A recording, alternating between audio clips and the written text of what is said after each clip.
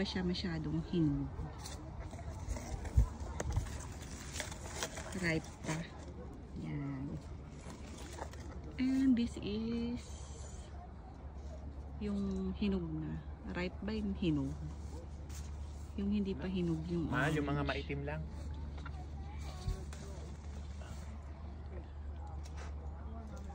Masarap. Wow, kain-kain lang. Tamis nga na itim. Kain-kain lang tayo ng cherry sa ilalim ng puno ng cherry. Ito.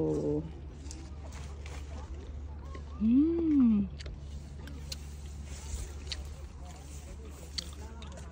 mga maitim. Ito siguro yung kinain ni Eve. Mal, make sure Lalaki dun, no? kaya nga, yung, make sure mo yung mga maiitim. Kasi matamis. Mm. Yung hindi maitim, maasim. Narinig niyo ba ako? Diyan, no? Kuha ka sa ulo na ni Gingging man, lalaki, oh. Sa kaliwa niya. Gusto mo ano ko na, kunin ko na. Alam. Sige nga, nakong, kunin mo na. Sarap. Ako din, mahal, video mo ako kukuha ako dun sa banda kay ano. Hello mga kagala, andito tayo ngayon sa Cherry Farm.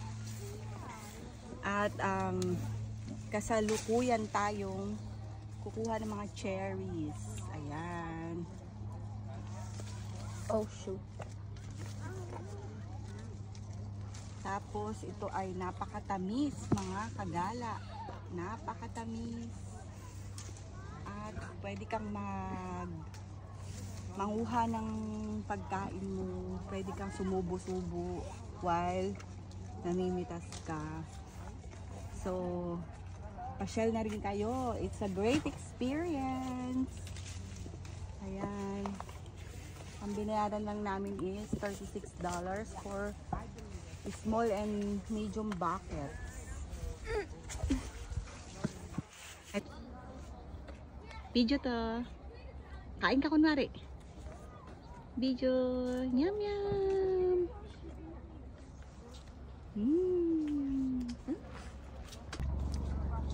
Lagay mo na sa basket. Alam mo kamo may spider. Best time. Harvesting time. Grow a garden. So how was your experience in cherry picking? Can you say something? Is it sweet? Sarap. Is it enjoyable? Yung ano, yung itim na cherry, mas masarap. Yeah, I think so. Yummy. We have a lot of cherries, bunch of cherries in the basket. Punuin niyo yung basket. Maasim yan, nak. This one? Yes. Hindi pa kasi Taste yan test. ripe. I like Asim. it. Pwede ba to? Pwede. If you like. How about you pa?